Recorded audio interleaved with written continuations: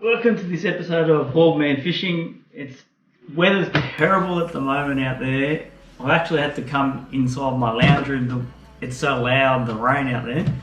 But I thought I'd do an episode where I talk about everything that I carry on my boat. So all my tackle. So I've unloaded the boat, everything fishing wise that I have on the boat, and just go through, and I'll probably find some stuff that I didn't probably realise I had. Okay, so don't forget, I don't like to do this often, but make sure you subscribe. We're close to 1,000 subscribers, which is awesome. I haven't been able to put a lot of footage at the moment, just with kids' sport, the weather, the rain, COVID, all sorts of things, so it's made it difficult.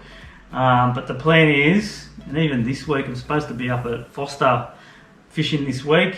If you've seen previous years, I go up there and fish for a week for all sorts of species. But the weather up there is terrible, and hence I'm here making this episode about tackle.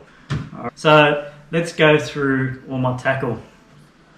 Right, now I like to have everything so I can get it out of the boat easily when I'm cleaning, or if I'm going fishing with someone else, or say like at Foster, sometimes I fish in the tinny. So it's good to have my tackle pretty portable in terms of bags and containers.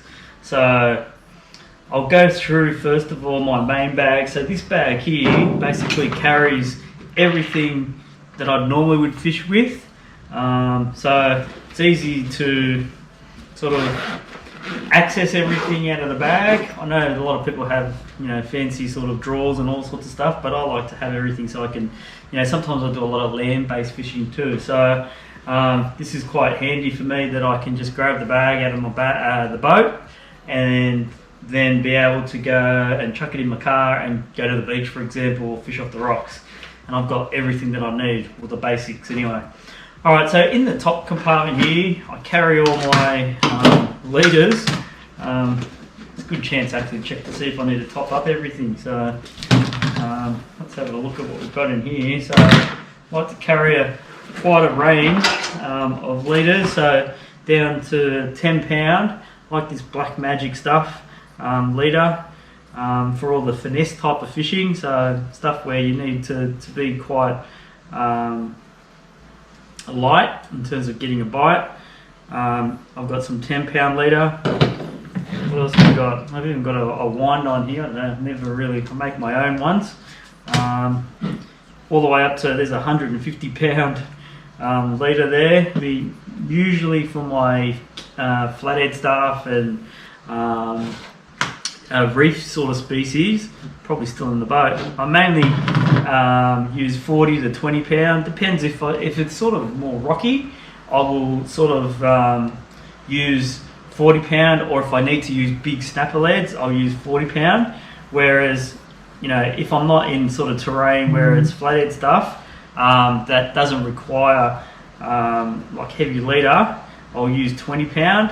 And if I'm using smaller sinkers, okay, because I tend to find that with the 20 pound, after dropping down in 40 or to 60 meters, the leader will sort of fray at 20 pound and break off the sinker, whereas 40 pound will last me all day. With the kingy stuff, I'll do that sort of 50 pound, and then if obviously there's some bigger stuff around, I will up it to that 100 pound leader. So I said I don't have an affiliation with any type of company for leaders, but I do like the Black Magic stuff. So there's the 20 pound and Tough Trace. There's some more 20 pound. There's some 80 pound, some 60 pound. So stocked up on the Black Magic stuff. And then 6 pound also in the Black Magic fluorocarbon. So I've got a 10 and a 6 for when I'm fishing inside the harbour. Sometimes I'll go down as 6 pound just to get some bites on, whiting or bream or whatever it is. But don't do so much fishing like that anymore. What else do I have in there? I had some replacement treble hooks. You probably noticed in some of my kingy rigs now, I tend to carry to put a stinger hook, and it's funny how many kings I catch on that stinger hook, which is a treble. But also obviously, and I'll show you all the lures, replacement, you know, quite often they get left in the boat, the lures, and they might not get a good wash and they do rust out. So VMCs, which are what I carry, are not sharp as, especially when you're trying to replace them, you'll know how sharp they are. So in different sizes, number 6 and number 1s are mainly what I carry in terms of trebles. Okay, so I keep the leader in the top part of this bag, okay, and I like this bag. It's not an expensive bag. I bought it, actually bought 2 of them. I don't even know what tackle store it was from, but it's got a good compartment at the top here to carry all those leaders and so on, which I'm always going for through the day, which is easy to sort of store everything in there. When I need to, I just go to the top of the bag. Then in the bottom part of this bag, I've got 3 compartments of the main tackle that I would use through a day. So let's pull them out. It's easy to sort of get access to. So that one's got squid jigs in them. This one's got mainly kingy sort of style hooks. This one's got more of the lures that I use each time I'm out in the harbour. And this one just got all the general sort of hooks and swivels and so on. So just 4 tackle easy storage boxes that's got everything that I need just for on hand quickly, and I know where they are. So let's go through each. So if I was to sort of go out squidding first, I'll grab my leader, and then I've got a box that's got all my squid stuff. So there's a glow stick that needs to go in there. So normally have a few glow sticks ready to go, and then a variety of yasha meters, squid jigs. So all from different sizes. These ones here I got from actually from Blue Bottle Marine, which work well when the squid are on. Nice little tiny ones for the little arrow squids. So just these little ones, they glow in the dark when you put them out in front of the floodlights, and then sink them down, they actually glow. Some new ones here in the packets. So these are a, what size? 1.8 probably. I like the smaller size for the type of squid fishing that I do in the secret spots. And then some bigger sizes there. And the yasha meters work well. So they're in different colours. As we can see there, I like pink and orange. I always carry a pink, and if you've seen the jigs, the squid rigs that I use, you always see there's a pink one on there. So variety of sizes, the 1.8s, the 2s, there's even the greens. You can see how old that and used that one is. That's a 2.5. It's actually got a rattle in that one. Some bigger ones for the deeper water. There you go.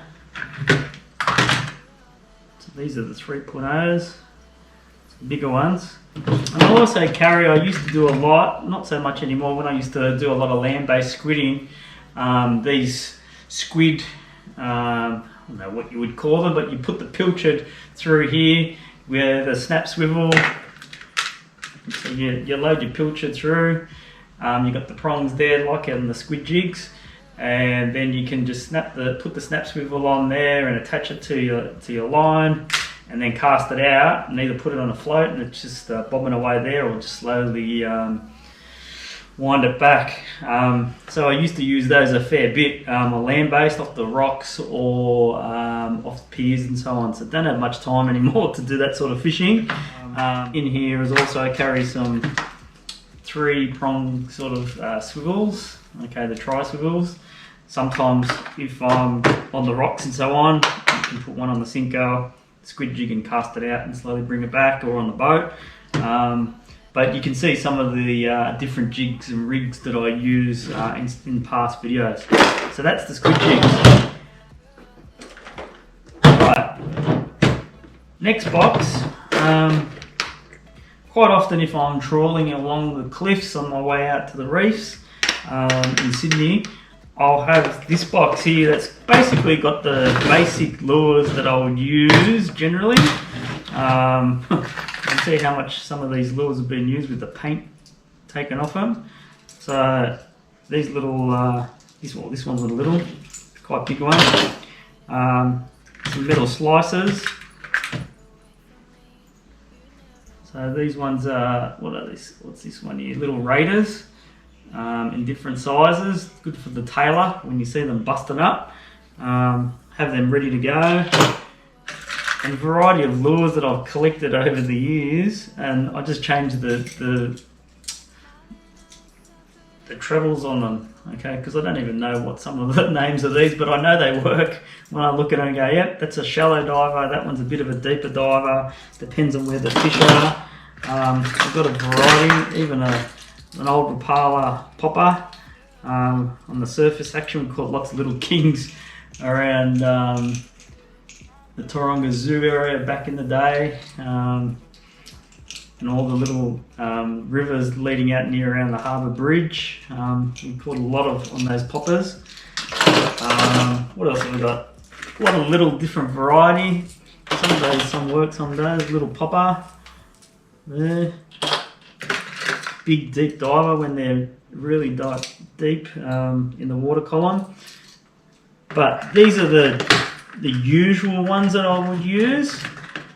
But I know I've got a box there, which I can't actually wait to open up, because there's some lures in there that, because I can't see a couple of my little Rapalas here. I must have lost them in the last trip, but I hope I've got some to show you that I love to use, because there's a little secret weapon that like kings, tailor, and salmon in the harbour.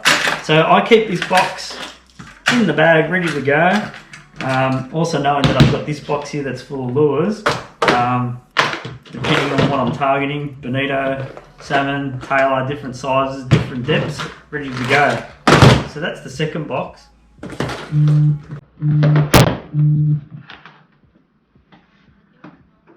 Hello? I think the little power sub thingy has blown up. We've got no power. Oh.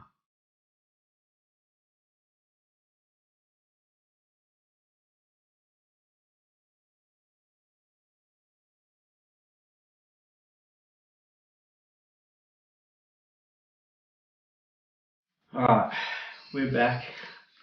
Unfortunately I got disrupted while making the first part of this video.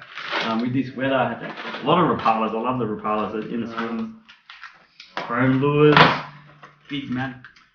Right, let me have a look if I've got my favourite lure in here. Snapper or flathead grabs. It doesn't quite grab. It is on sale.